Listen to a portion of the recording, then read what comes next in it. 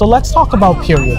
What is it and why did you start it? Yeah, so Period, we are a youth-run global organization that provides and celebrates menstrual hygiene through advocacy, education, and service through two pathways. One, through the global distribution of menstrual products, and two, through the engagement of youth leadership through a nationwide network of campus chapters. So I founded it in 2014 with a really good friend of mine. I'm sorry, this was when you were in high school? When I was 16, yes. My God. So in the last 2 years, we've addressed about 78,000 periods through 46 nonprofit partners in 25 states and 15 countries. And we've registered over 67 campus chapters at universities and high schools around the United States.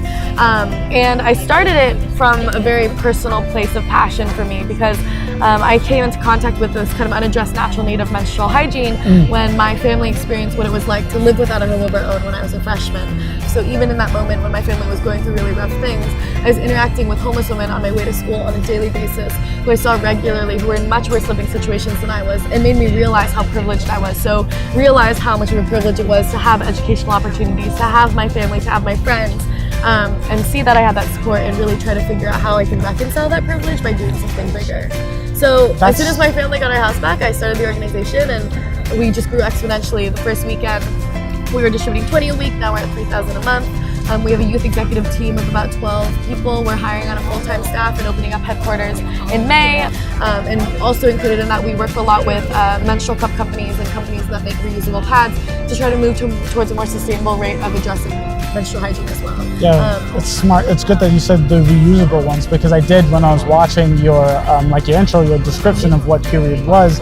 When homeless people can't afford menstrual products, they resort to using unclean methods like toilet paper, socks, rags, or brown paper bags. And these things can lead to dangerous infections or toxic shock syndrome. That's when I knew I had to do something. In 2014, I founded Period. We are a youth-run nonprofit celebrating menstruation through service, education, and advocacy. You did mention that there's a tax on women's products, which...